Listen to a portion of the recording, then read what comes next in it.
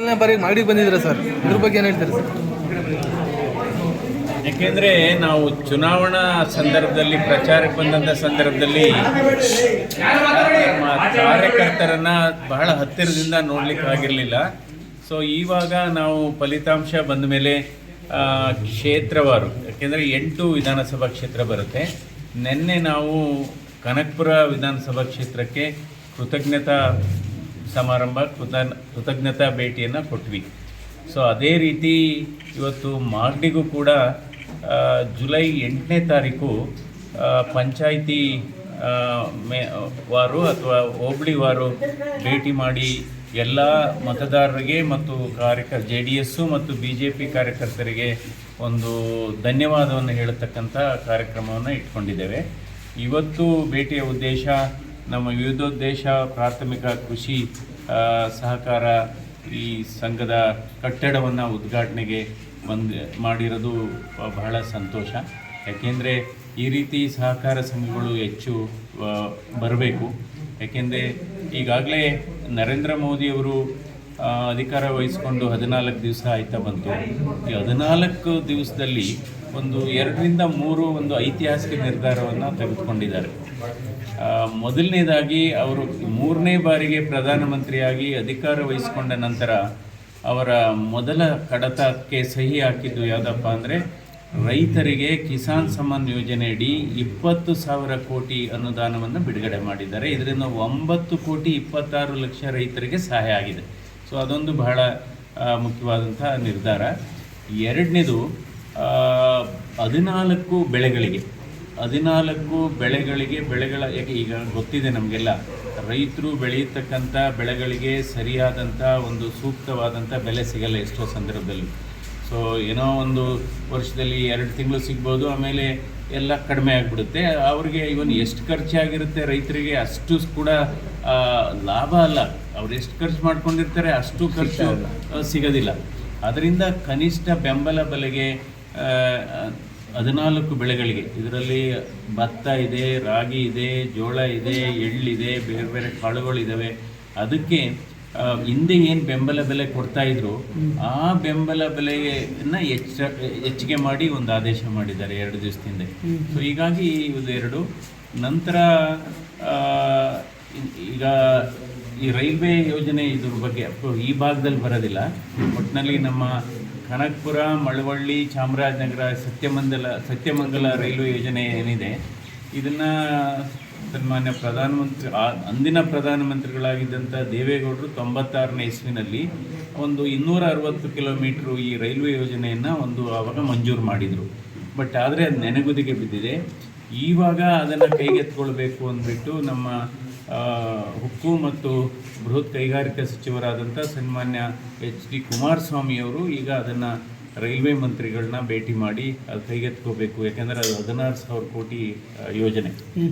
So ಹೀಗಾಗಿ ಅಂದರೆ ಉತ್ತಮವಾದಂಥ, ಏಕೆಂದರೆ ಹೆಚ್ಚು ನಾವು ಗ್ರಾಮೀಣ ಭಾಗದಲ್ಲಿ ಹೆಚ್ಚು ಸೌಕರ್ಯಗಳನ್ನು ಒದಗಿಸ್ಬೇಕಾಗಿದೆ. ಇವತ್ತು ಆಸ್ಪತ್ರೆಗಳಾಗ್ಬೋದು ಅಥವಾ ಶಿಕ್ಷಣ ಸ್ಕೂಲ್ಗಳಾಗ್ಬೋದು, ಕಾಲೇಜುಗಳಾಗ್ಬೋದು. ಈಗ ನಿನ್ನೆ ನಾನು ಕನಕಪುರಕ್ಕೆ ಹೋದಂಥ ಸಂದರ್ಭದಲ್ಲಿ ಸುಮಾರು ಕಡೆ ಸಾಮಾನ್ಯವಾಗಿ ಕೇಳಿಬಂದಂಥ ಅವರ ಅಭಿಪ್ರಾಯಗಳು ಅಂದರೆ ಆ್ಯಂಬುಲೆನ್ಸ್ಗಳು ಅಷ್ಟು ಸಿಗ್ತಾ ಇಲ್ಲ, ಹಾಗೆ ಹೀಗೆ ಅಂತ. ಅಂದರೆ ಒಂದು ತಾಲೂಕಿಗೆ 1 ಅಥವಾ 2 ಆ್ಯಂಬುಲೆನ್ಸ್ ಇರುತ್ತೆ ಅಂತ. ಅದಕ್ಕೆ ನೋಡೋಣ, 2 ತಿಂಗಳೊಳಗೆ 4-5 ಆ್ಯಂಬುಲೆನ್ಸ್ ಈ ಕಡೆ ಬಿಡೋಣ ಅಂತ ಮಾಡಿದ್ದೀವಿ. ಅಂದರೆ ಅದು ಸರ್ಕಾರದಿಂದ ಆಗದೇ ಇದ್ದರೆ ಕೆಲವು ಖಾಸಗಿ ಸಂಸ್ಥೆಗಳು ಕೆಲವು ದಾನಿಗಳನ್ನು ಹಿಡಿದು ಮಾಗಡಿಗೆ 2-3 ಆ್ಯಂಬುಲೆನ್ಸು ಮತ್ತು ಕನಕಪುರಕ್ಕೆ 2-3 ಆ್ಯಂಬುಲೆನ್ಸು ಮಾಡತಕ್ಕಂಥ ವ್ಯವಸ್ಥೆ ಮಾಡೋಣ ಅಂತ. ಯಾಕೆಂದರೆ ಏನಾಗುತ್ತೆ, 5 ಗಂಟೆ ಆದಮೇಲೆ ಸಾಮಾನ್ಯವಾಗಿ ಸುಮಾರು ಇದು ಪ್ರಾಥಮಿಕ ಆರೋಗ್ಯ ಕೇಂದ್ರಗಳಾಗ್ಬೋದು ಅಥವಾ ಸಮುದಾಯ ಭವನ ಆಗೋದು ಮುಚ್ಚೋದು ಸಹಜ 5 ಗಂಟೆ ಆದಮೇಲೆ. ಅಂಥ ಸಂದರ್ಭದಲ್ಲಿ ತುರ್ತು ಚಿಕಿತ್ಸೆಗೆ ಅಗತ್ಯ ಇದ್ದ ಸಂದರ್ಭದಲ್ಲಿ ನಾವು ಇದು ನಗರ ಪ್ರದೇಶಕ್ಕೆ ಹೋಗಬೇಕು, ಅಥವಾ ರಾಮನಗರಕ್ಕಾದ್ರೂ ಹೋಗ್ಬೋದು ಅಥವಾ ಮಾಗಡಿಗಾದರೂ ಹೋಗಬೇಕಾಗುತ್ತೆ. ಅಲ್ಲಿ ತೆಗೆದಿರ್ತಾರೆ ಆಸ್ಪತ್ರೆ. ಸೊ ಅದಕ್ಕೋಸ್ಕರ ಆ ರೀತಿ ಮಾಡಬೇಕಾಗಿದೆ. ಸೊ ಹೀಗಾಗಿ ಅಂದರೆ ಈಗ ಸಂಸತ್ತು ಸದನ ಪ್ರಾರಂಭ ಆಗ್ತಾಯಿದೆ. ಪಾರ್ಲಿಮೆಂಟ್ 24ರಿಂದ ಈ ತಿಂಗಳು 24ರಿಂದ ಜುಲೈ 3ವರೆಗೆ ಈ ಸಂಸತ್ ಅಧಿವೇಶನ ನಡೀತಾ ಇದೆ, ಅದಕ್ಕೆ ಹೋಗ್ತಾ ಇದ್ದೀವಿ.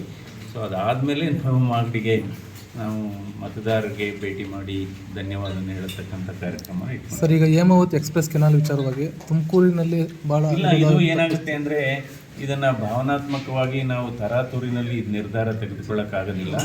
ಸೊ ಇದಕ್ಕೆ ಬಹಳ ಚರ್ಚೆಗಳಾಗಬೇಕಾಗುತ್ತೆ. ಸೊ ಏಕೆಂದರೆ ಆ ಭಾಗದಿಂದ ಈ ಭಾಗಕ್ಕೆ ನೀರು ತರಬೇಕು, ಅಲ್ಲಿ ಒಂದು ಹೋರಾಟ ಶುರುವಾಗಿದೆ. ಇದನ್ನೆಲ್ಲ ಒಂದು ತರಾತುರಿನಲ್ಲಿ ಇದ್ರ ಬಗ್ಗೆ ನಿರ್ಧಾರ ತೆಗೆದುಕೊಳ್ಳೋದು ಕಷ್ಟ.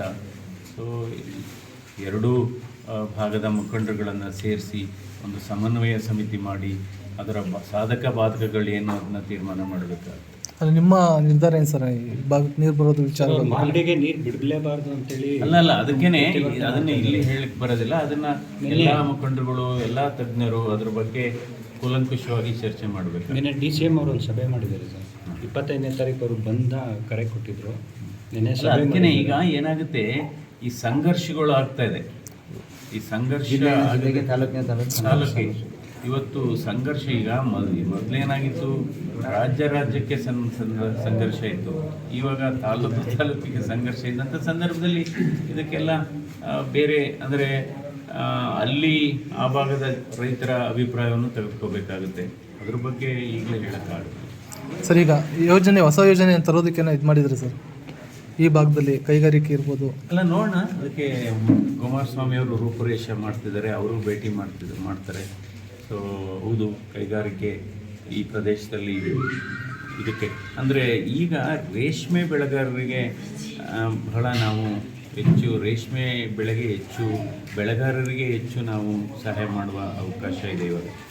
ಯಾಕೆಂದರೆ ಇವತ್ತು ರೇಷ್ಮೆ ಬೆಳೆಗಾರರಿಗೆ ಒಂದು ಹೆಚ್ಚಿನ ಬೆಂಬಲ, ಕನಿಷ್ಠ ಬೆಂಬಲ ಬೆಲೆಯನ್ನು ಕೊಡಿಸತಕ್ಕಂಥ ವಿಚಾರವನ್ನು ನಾವು ಕೈಗೆತ್ತಿಕೋಬೇಕು.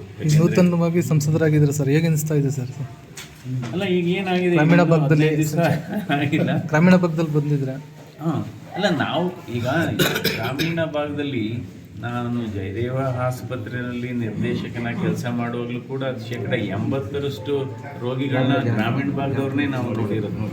ಸೊ ನಾವು ಬೆಂಗಳೂರಲ್ಲಿ ಕೂತ್ಕೊಂಡು ಬರೀ ಬೆಂಗಳೂರಲ್ಲಿ ನೋಡಿಲ್ಲ, ಬೆಂಗಳೂರಲ್ಲಿ ಕೂತ್ಕೊಂಡು ಇಡೀ ರಾಜ್ಯದ ಗ್ರಾಮೀಣ ಭಾಗದ ಜನರಿಗೆ ನೋಡಿ, ಅವರಿಗೆ ನೋಡಿ ಆ ರೀತಿ ಇರತಕ್ಕಂಥ ಹಣ ಇರಲಿ ಇಲ್ಲದೆ ಇರಲಿ ಚಿಕಿತ್ಸೆ ಸಿಗತಕ್ಕಂಥ ವ್ಯವಸ್ಥೆ ಇವತ್ತು ಇಡೀ ಭಾರತ ದೇಶದಲ್ಲಿ ಎಲ್ಲೂ ಇಲ್ಲ, ಆ ಆಸ್ಪತ್ರೆ ಬಿಟ್ಟರೆ. ಸೊ ಹೀಗಾಗಿ ನಾವು ಅದೆಲ್ಲ ಮಾಡಿರೋದೆಲ್ಲ ಗ್ರಾಮೀಣ ಭಾಗದ ಜನರಿಗೆ ಹೆಲ್ಪ್ ಆಗಿರ್ತಾರೆ. ಮೈಸೂರಲ್ಲಿ ಜಯದೇವ ಮಾಡಿದ್ವಿ, ಗುಲ್ಬರ್ಗದಲ್ಲಿ ಮಾಡಿದ್ವಿ. ಸೊ ಏಕೆಂದರೆ ಇವತ್ತು ಈ ಒಂದು 2-3-4 ಕ್ಷೇತ್ರ ಸಾಮಾನ್ಯವಾಗಿ ಜನರ ಬದುಕನ್ನು ಹಸನುಗೊಳಿಸಬೇಕಾದ್ರೆ ಈ 3-4 ಕ್ಷೇತ್ರ ಬಹಳ ಮುಖ್ಯ. ಒಂದು ಈಗಾಗಲೇ ಹೇಳಿದಾಗ ಆರೋಗ್ಯ ಕ್ಷೇತ್ರ, ಇನ್ನೊಂದು ಶಿಕ್ಷಣ ಕ್ಷೇತ್ರ, ಕೃಷಿ ಕ್ಷೇತ್ರ, ಸೊ ಸಣ್ಣ ಕೈಗಾರಿಕೆಗಳ ಕ್ಷೇತ್ರ ಆಗ್ಬೋದು. ಸೊ ಈ ರೀತಿ ಅನಂತರ ಮೂಲಭೂತ ಸೌಕರ್ಯಗಳನ್ನ ನಾವು ಇದು ಮಾಡಬೇಕು. ರೋಡ್ಗಳು ಕೆಲವು ಕಡೆ ಅಂದರೆ ಮೇನ್ ರೋಡ್ಗಳಿದ್ದಾವೆ, ಅದಕ್ಕೆ ಕನೆಕ್ಟಿಂಗ್ ರೋಡ್ಸ್ ಆಗ್ಬೋದು. ನಂತರ ಕೆರೆಯನ್ನು ತುಂಬಿಸುವಂಥ ನೀರಿಗೆ ಹೆಚ್ಚು ಮಹತ್ವ ಕೊಡಬೇಕು ನಾವು. ಈಗೇನಾಗುತ್ತೆ, ಈ ಮಳೆ ನೀರು ಬಿದ್ದಂಥ ಮಳೆ ನೀರನ್ನ ಏನು ಹಾಗೆ ಹೀಗೆ ಅಲ್ಲಿ ಸುತ್ತಮುತ್ತ ಇರತಕ್ಕಂಥ ಕೆರೆಗಳಿಗೆ ಡೈವರ್ಟ್ ಮಾಡ್ತಕ್ಕಂಥದ್ದು, ತಿರುಗಿ ಕೆರೆ ತುಂಬಿಸುವಂಥ ಯೋಜನೆ ಮಾಡಬೇಕು. ಆವಾಗ ಅಟ್ಲೀಸ್ಟು ನಮಗೆ ಅಂತರ್ಜಲ ಜಾಸ್ತಿ ಆಗುತ್ತೆ, ಅದನ್ನು ಮಾಡಬೇಕಾಗುತ್ತೆ. ಆರೋಗ್ಯ ಕ್ಷೇತ್ರದಲ್ಲಿ ಏನಾದರೂ ಬದಲಾವಣೆ ತರ್ತೀರಾ ಸರ್?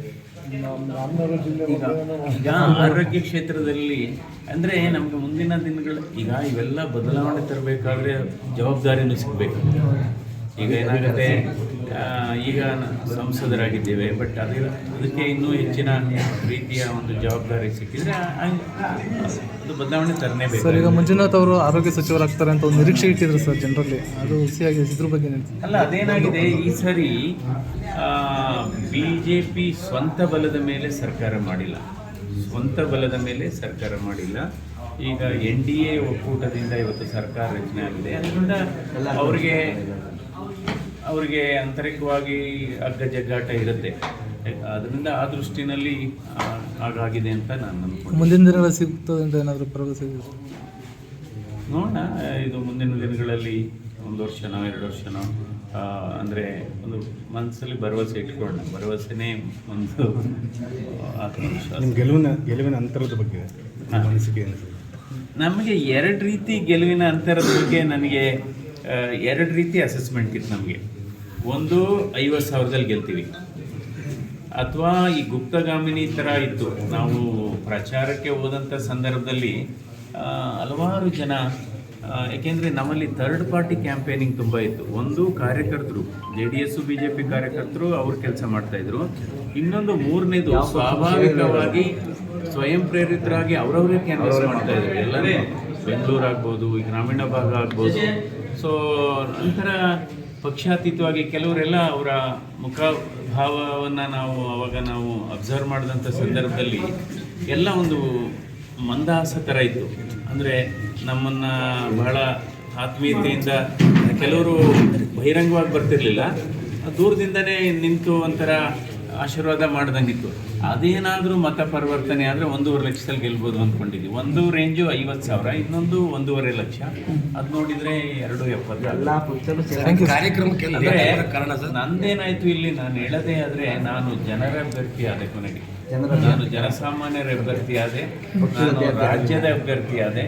ಸೊ ಹಂಗಾಗಿ ಎಲ್ಲ ಜನರು ಅವ್ರಿಗೋಸ್ಕರ ನಿಮ್ಮ ಮೂಲಕ ಎಲ್ಲ ನಮ್ಮ ಮತದಾರರಿಗೆ ಧನ್ಯವಾದಗಳನ್ನು ಹೇಳ್ತಾ ಇದ್ದೇನೆ. ಸೊ ದಯವಿಟ್ಟು ನನ್ನ ಧನ್ಯವಾದವನ್ನು ಪ್ರತಿಯೊಬ್ಬರಿಗೂ ತಲುಪಿಸಿ. ಕಾರ್ಯಕ್ರಮಕ್ಕೆ ಲೇಟಾಗಿ ಏನಾಯಿತು ಅಂದರೆ, ಇದಕ್ಕೆ ಮೊದಲೇ ಈ ಕಾರ್ಯಕ್ರಮದ ಆಹ್ವಾನ ಪತ್ರಿಕೆ ಬರೋದಕ್ಕೆ ಮೊದಲೇ 1 ತಿಂಗಳ ಹಿಂದೆಯೇ ನನಗೆ ಇದು BGS ಗ್ಲೋಬಲ್ ಮೆಡಿಕಲ್ ಕಾಲೇಜಲ್ಲಿ ಅಂತಾರಾಷ್ಟ್ರೀಯ ಯೋಗ ದಿನಾಚರಣೆ ಕಾರ್ಯಕ್ರಮಕ್ಕೆ ನನ್ನನ್ನು ಅತಿಥಿಯಾಗಿ ಕರೆದಿದ್ದು. ಅದಕ್ಕೆ ಹೋದೆ. ಅದು ಬೆಳಗ್ಗೆನೇ 7:30ಗೆ ಶುರುವಾಗಿ 10:30 ಆಯಿತು. ನಂತರ ಅಲ್ಲಿ ಬೆಂಗಳೂರಿನ ಸುಬ್ರಹ್ಮಣ್ಯನ ವಸಂತಪುರ ಅಂತ ಇದೆಯಲ್ಲ, ಉತ್ತರಹಳ್ಳಿನಲ್ಲಿ, ಅಲ್ಲಿ ಇಸ್ಕಾನ್ ವೈಕುಂಠ ಅಂತ ಇದೆ. ಸೊ ಅಲ್ಲಿ ಆಹ್ವಾನ ಮಾಡಿದರು, ದೆಹಲಿಗೆ ಬಂದು ಆಹ್ವಾನ ಮಾಡಿದರು ಇದ್ದಾಗ. ಸೊ ಹಾಗಾಗಿ ತಡ ಆಯಿತು. ಸೊ ನಿಮ್ಮ ಮುಂದಿನ ಪ್ರವಾಸ ಏನಾರು ಹೇಳಿದ್ನಲ್ಲಪ್ಪ, 8ನೇ ತಾರೀಕು ಮಾಕಿಗೆ ಭೇಟಿ ಮಾಡ್ತಾ ಇದ್ದೀನಿ. ಥ್ಯಾಂಕ್ಸ್.